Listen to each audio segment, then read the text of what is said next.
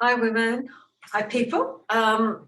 Lovely to see you. My head's gone off the screen. I was going to talk about why women who have trauma histories often end up in fairly toxic relationships. Not always, but there is a patterning, and it's a repeated kind of patterning that happens. Now, one of the things that happens when you're traumatized as a child or in early life is that when that incident happens, the child's mind and brain orients as part of the fight-flight response to the predator. So you orient outside of yourself, you lose a sense of yourself, and you orient outside to the predator or to whoever's harming you. And it's almost like this is the beginnings of the trauma bond.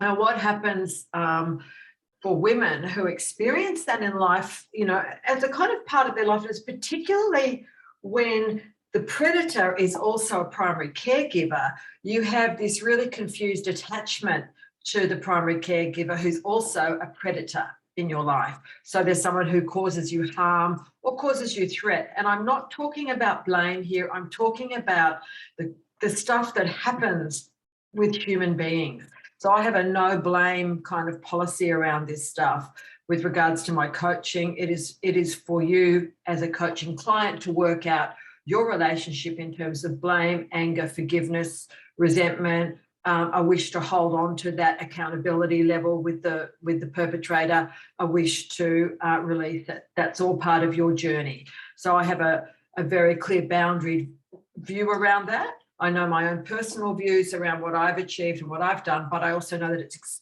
extremely different from woman to woman. So that must be respected, and it is respected by me. Really important. But this trauma bond that develops means that when you're in childhood or when you're in adolescence, you end up enmeshing or attaching to someone who can be destructive for you. And they can also have loving capacity and loving, abilities and stuff. And every human being has that ability to hurt and to love. That's what makes us rich and human. And but when it's more pronounced and when it causes trauma, trauma is any kind of emotional response that overwhelms the system. So it's not tied to an event. It's actually an experience, and it's often compounded by a lack of support. So you are overwhelmed, you have no one to help you regulate back down into a calm ventral vagal state. So you start freezing up into fight flight, or you collapse into dorsal vagal. So that's kind of what trauma is. But this attachment to someone who's destructive or unsavory for you is an orienting towards the predator.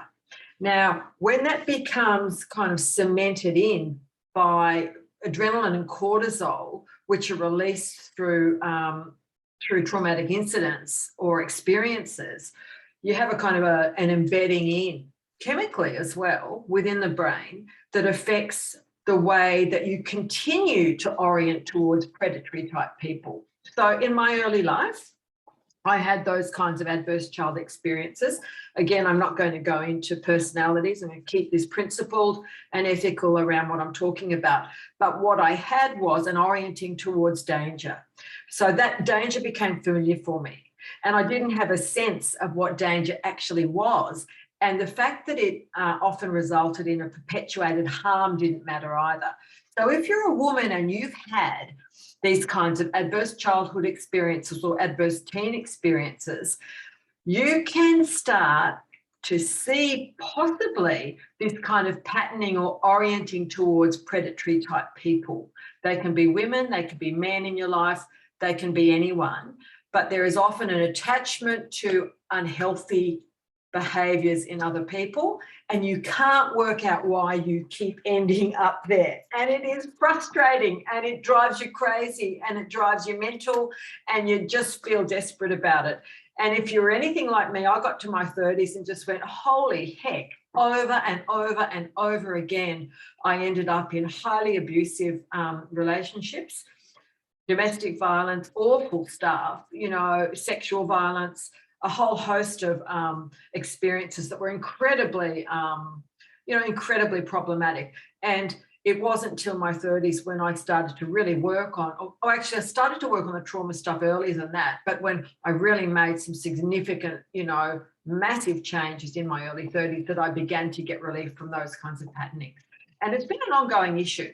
Safe to say, and happy to say that's not the case now. So I know what it takes to alter those strategies. But I did just want to point that out. There is a thing called the trauma bond. It is about orienting towards a predator, and it is often the reason why women with trauma histories, and if that's you, why you as a trauma survivor continually end up in relationships that aren't very healthy for you. But there are things that you can do. My coaching programs in 2022 are going to be addressing this issue. There's going to be a short course on it, but there's also going to be a component in some of the longer courses. And of course, the one-to-one coaching, I work really deeply with women, my women clients, to start unraveling this stuff. And I can say that there's been huge progress in some of my clients where they've actually completely altered that paradigm for themselves in the same way that I have. So it's fantastic.